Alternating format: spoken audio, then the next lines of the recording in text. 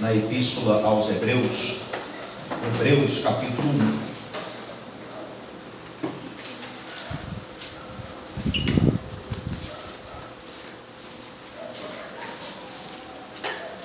Hebreus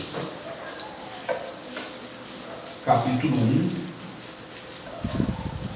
os versículos de 1 a 4.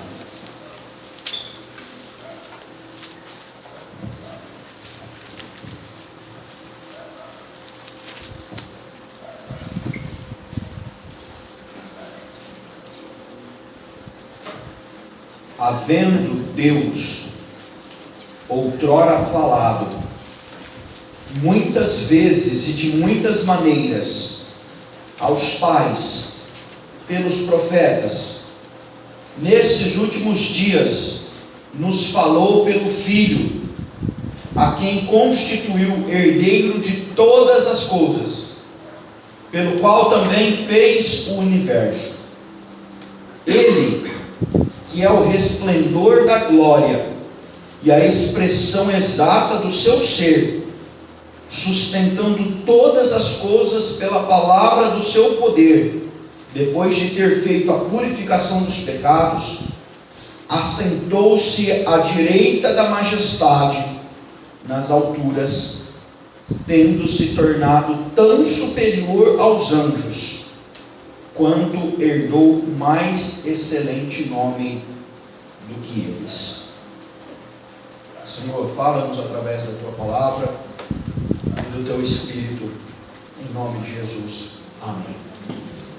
Meus irmãos, eu quero aqui nesta noite falar com os irmãos, refletir com vocês que estão aqui presentes nesta noite sobre quem é, qual é, quem é o nosso Cristo. Há uma controvérsia sobre Cristo, uma controvérsia muito grande, porque me parece que um Rei de glória, um Senhor soberano, um Deus conosco, alguém que se entrega para morrer em nosso lugar, que nos ama sem nós o amarmos, primeiro, que não faz acepção de pessoas, que não escolhe pessoas ricas ou que tenham algum tipo de cultura de estudos ou alguma coisa assim, em detrimento de outras que são pobres, que não tenham estudo, que não tenham influência e status. Me parece que é alguém que vem e deixa a sua glória, se torna homem, que é o próprio Deus entre nós. Esse não deveria ser desprezado por nenhum ser humano que pisou na face da terra, não é? Fale com as pessoas. Existe um Deus entre nós, um humilde que se rebaixou e veio até a face da terra. Esta semana eu estava vendo, ontem eu estava vendo uma notícia sobre o Tite. O Tite, técnico da seleção brasileira, caiu nas graças do povo, né? Caiu nas graças. Até quem não é corintiano fala, ó, cara, arrumou a nossa seleção. Tiraram uma foto do Tite pegando um copinho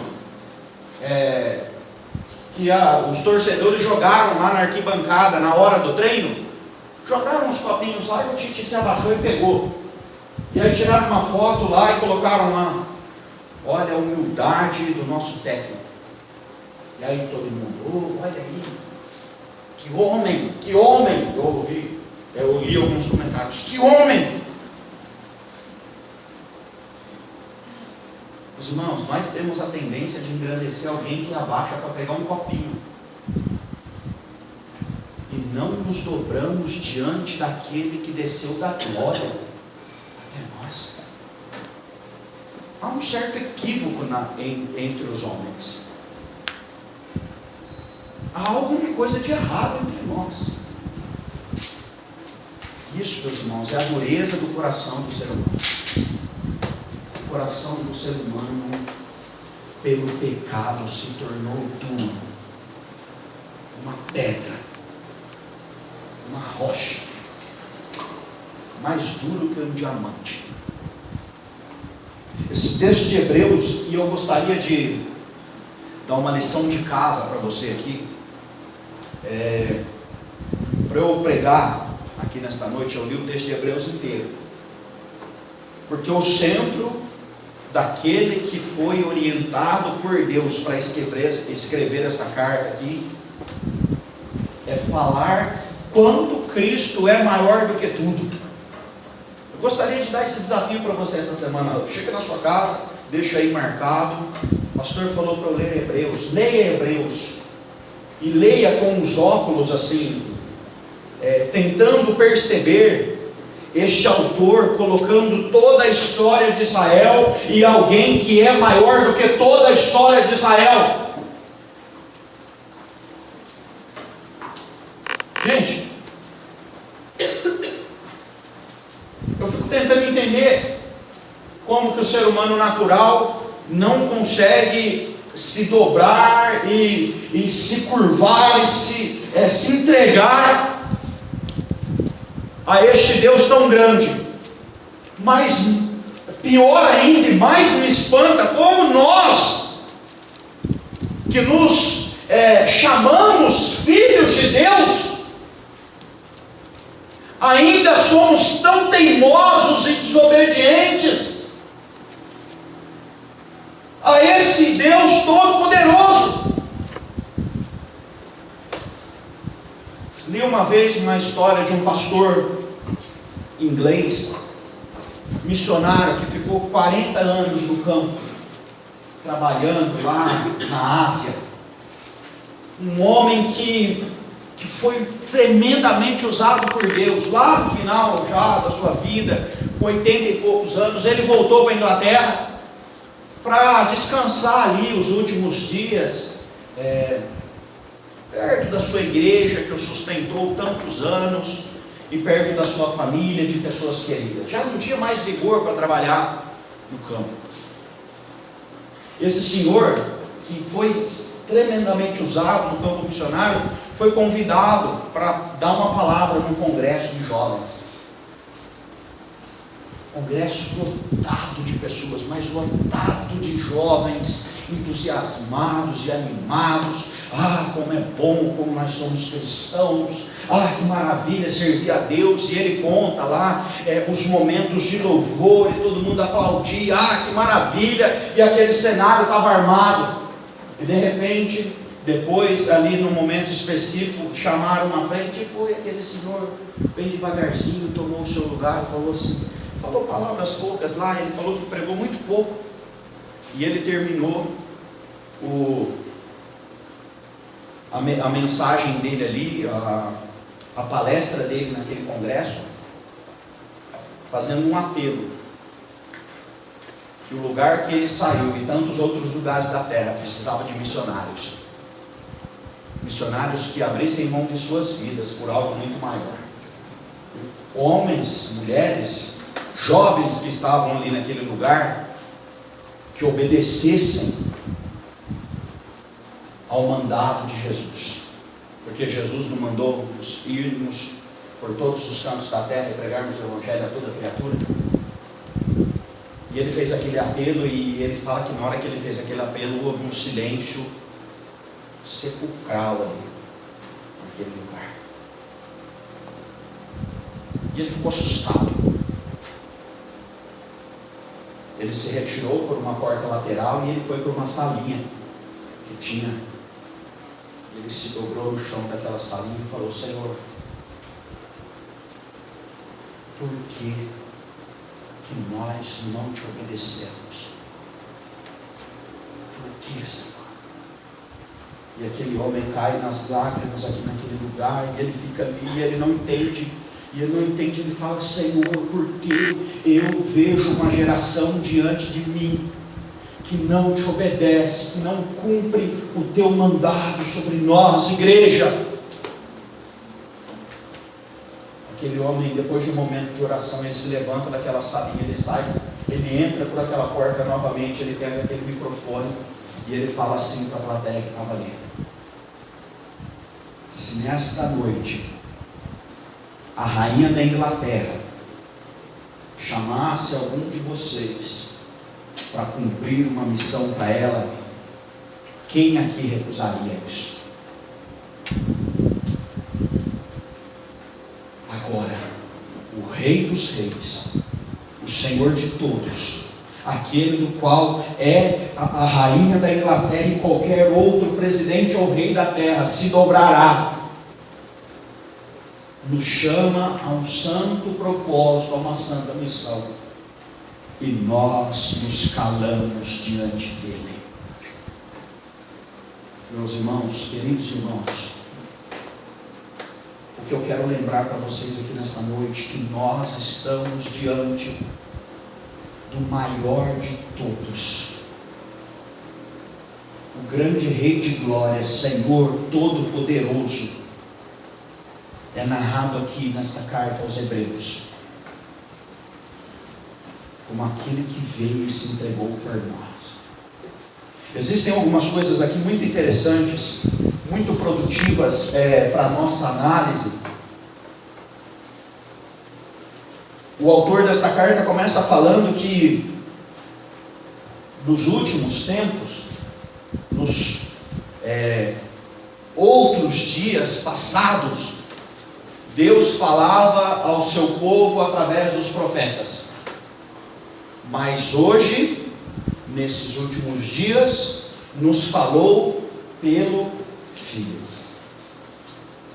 O autor desse texto começa falando que Cristo é maior do que qualquer homem que pisou na face da terra, até aqueles que fizeram grandes coisas nas mãos de Deus.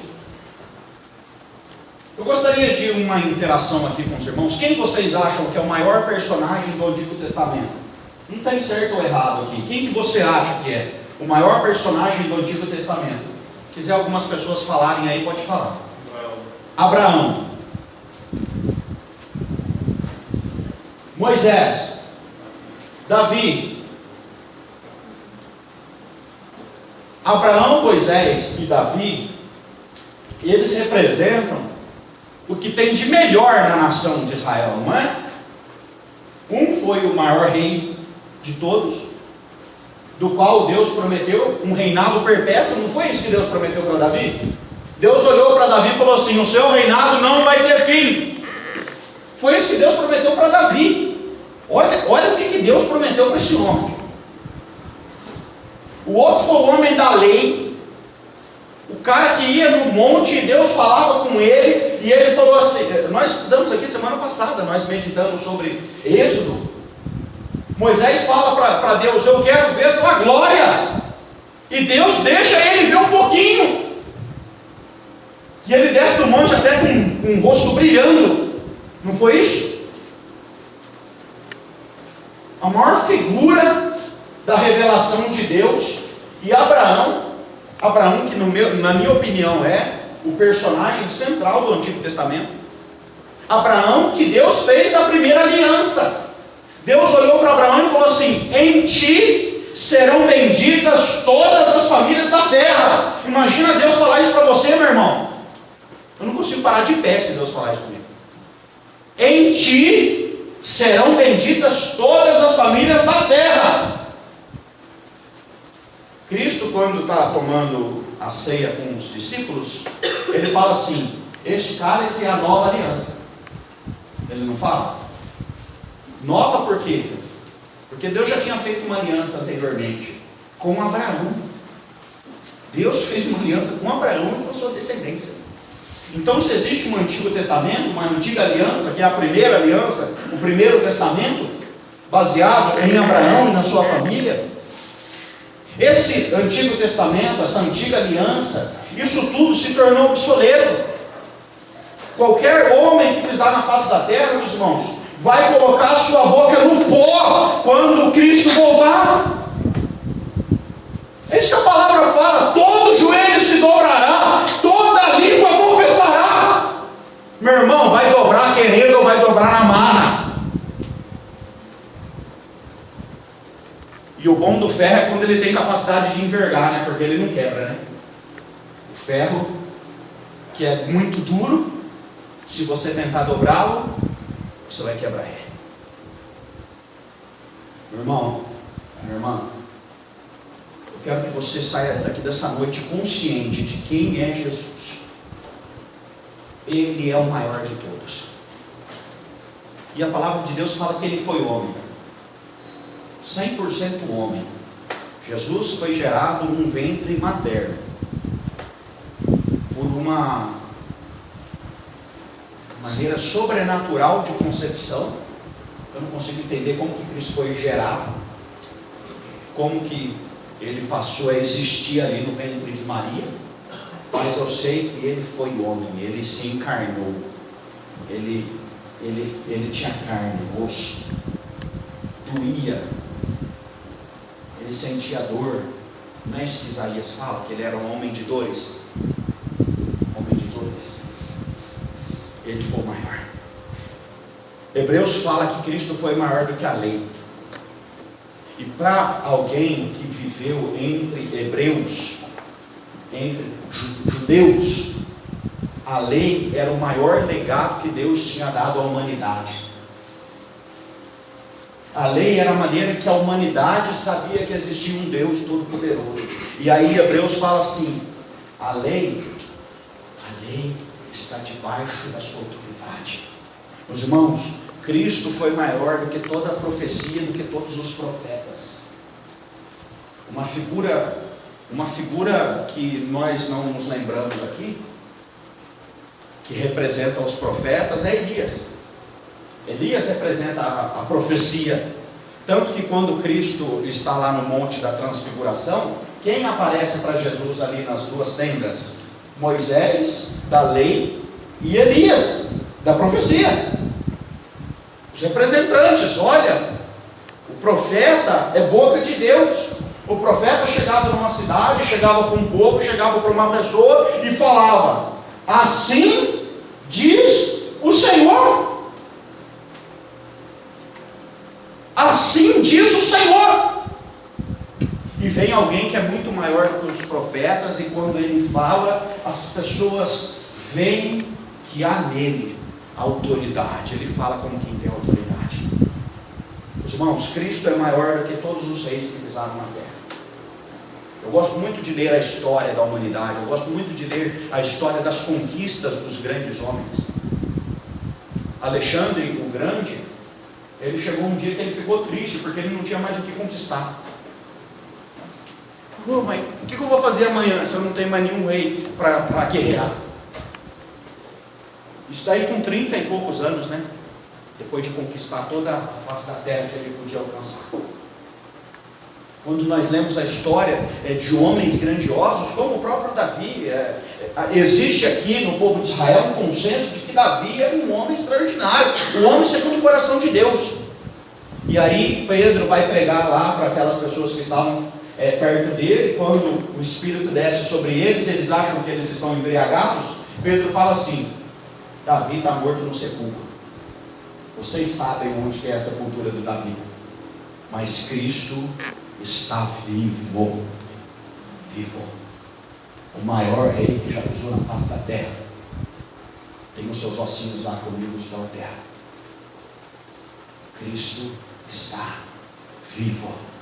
Meus irmãos, Hebreus fala que Cristo é maior do que o santuário. O santuário é o lugar onde a glória do Senhor se manifestava entre o povo. Deus mandou eles construírem um santuário, né? Peguem cortinas, eu não sei bem as dimensões assim de cabeça, mas era um santuário muito bonito, armado, e era levado de um lugar para o outro, conforme o povo caminhava no deserto. O santuário era colocado ali, e quando o santuário foi consagrado, o que diz a palavra de Deus? Que desceu a glória de Deus naquele lugar, como que se fosse uma fumaça, e a Shekinah de Deus esteve ali. O povo se curvou diante daquela maravilha. E aí vem Hebreus aqui falar: olha, o santuário, ele é só sombra, ele é só sombra das coisas que vieram, que estavam por vir. Ele vai falar sobre os sacrifícios, que era um ritual bonito, bonito ou nojento, depende do seu ponto de vista.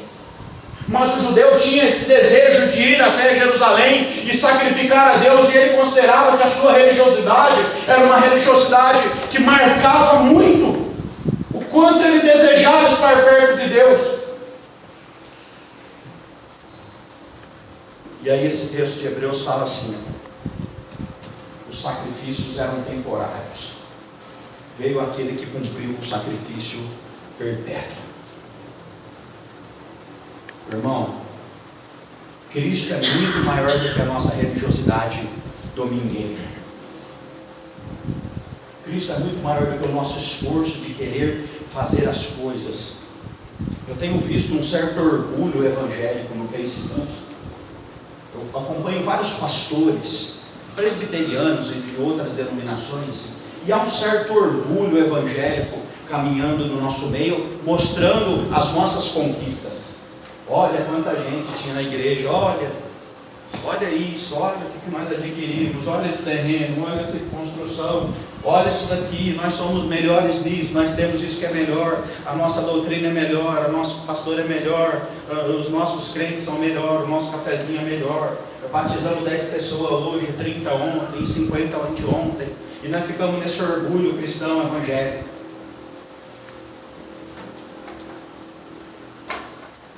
Porque o nosso culto é o nosso sacrifício. E aí a palavra de Deus fala que Cristo é maior do que isso. Maior do que isso. Ele é maior que todas as coisas.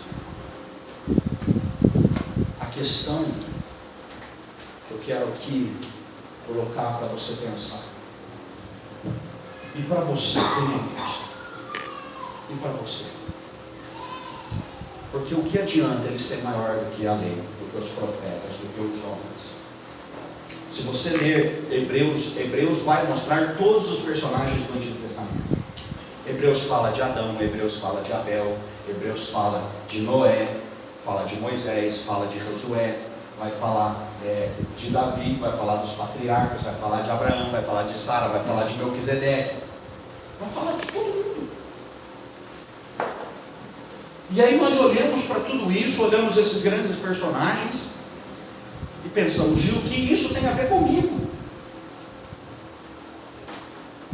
Quem aqui é de tradição evangélica? Quem aqui tem o pai, ou a mãe, ou o avô que foi crente antes de você? Antes de você. A maior parte de nós. A maior parte de nós teve alguém antes de nós que viveu essa fé e percebeu o quanto que Deus era grande e poderoso, o Senhor do universo e da história. Mas do que adianta Deus ser grande para o meu pai e para mim ele ser qualquer um?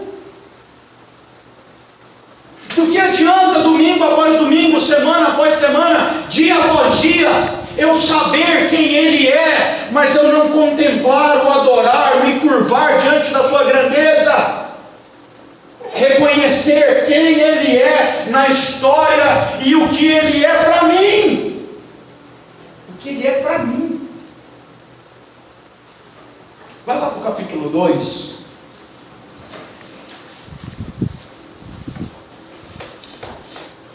O autor vai falar aqui no final do capítulo 1 que Cristo é maior do que todos os anjos, os seres angelicais, toda a criação. E aí no capítulo 2 ele vai falar assim, olha aqui o que diz os 4 versículos aqui.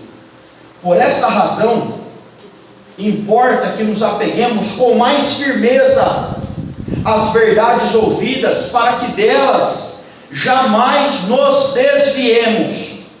Se, pois, se tornou firme a palavra falada por meio de anjos, e toda transgressão ou desobediência recebeu justo castigo, como escaparemos nós, se negligenciarmos tão grande salvação, a qual, tendo sido anunciada inicialmente pelo Senhor, foi-nos depois confirmada pelos que a ouviram, dando Deus testemunho juntamente com eles, por sinais, prodígios e vários milagres, e por distribuições do Espírito Santo, segundo a sua vontade. Meus irmãos, se Ele é o Senhor de todas as coisas, se Ele é o Deus grande, se todas as coisas estão debaixo dos seus pés, se quando Cristo voltar, todo joelho se dobrará, toda língua confessará que Ele é Senhor para a glória de Deus, se nós sabemos da sua obra, se nós sabemos da sua cruz, se nós sabemos dos seus ensinos, se nós sabemos do que Ele prometeu para nós, o que tudo isso tem a ver com a minha vida? O autor aqui diz aqui no versículo 3, como escaparemos nós se negligenciarmos tão grande salvação? Meu irmão, não adianta você saber qual é o caminho, você precisa estar no caminho. Não adianta você saber que a porta é estreita, você precisa se espremer para passar por ela. Não adianta você saber que o caminho é cheio de pedras, você vai precisar vencer essas coisas. Não adianta nós sabermos que Cristo é maior do que o profeta, do que a lei, do que todos os reis, do que todas as coisas, se nós o negligenciamos na nossa vida. Meu recado de Deus aqui nessa noite para você: Ele é Deus, e Ele vai continuar sendo Deus. Fico mais intrigado porque Deus não precisa de nós. Se nós não estivéssemos aqui, Deus deixava de ser Deus? Se a gente viesse aqui e falasse um monte de besteira de Deus, professor não faz isso. Se nós fôssemos um bando de hereges aqui reunidos, nós íamos diminuir um fiabinho de quem é Deus? Não. Mas, meu irmão, como você reage? Como você reage diante desse caso? E aí o autor fala assim: como escaparemos nós se negligenciarmos tão grande salvação?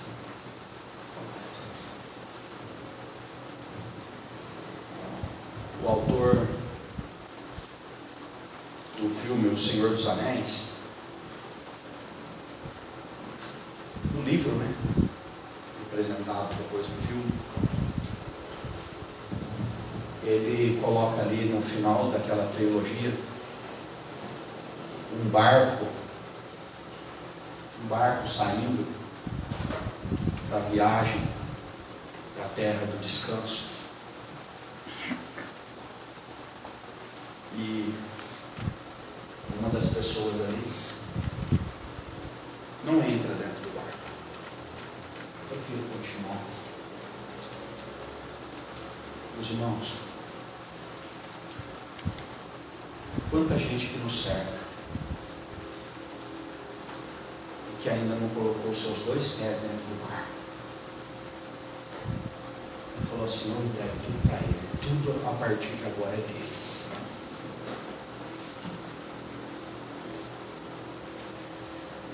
O ser humano natural tem medo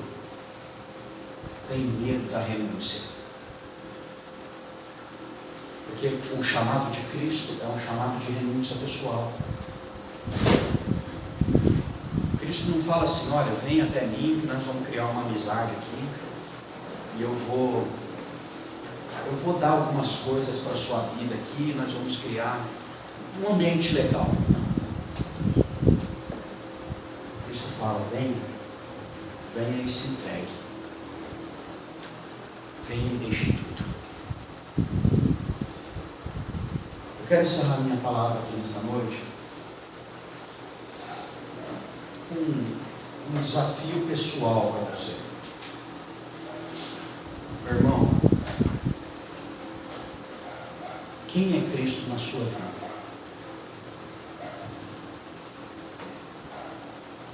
Se hoje eu pudesse depurar as suas palavras, as suas ações, a sua vida cotidiana, o seu testemunho. O quanto de Cristo eu encontrarei na sua vida? Eu não tenho a mínima capacidade de fazer isso, mas Deus tem. O quanto Cristo é o suficiente para nós. Se chegar alguém aqui por essa porta e te der um recado assim, ó, hoje você perdeu os seus bens, os seus filhos, as suas posses e tudo que você conquistou ao longo da sua vida, você agiria mais como Jó ou como a mulher de Jó? Amaldiçoa o teu Deus e morre. Será que nós não estamos negligenciando tão grande salvação? Quão grande salvação! Deus podia ter dado 5, 6, 7, 10, 20 caminhos. Ele só deu um caminho. Cristo podia ter enviado um grupo de filhos, não é? Um para cada desejo nosso, o mais animado, o mais jovem, o mais veterano, o mais culto. Ele enviou um que é tudo.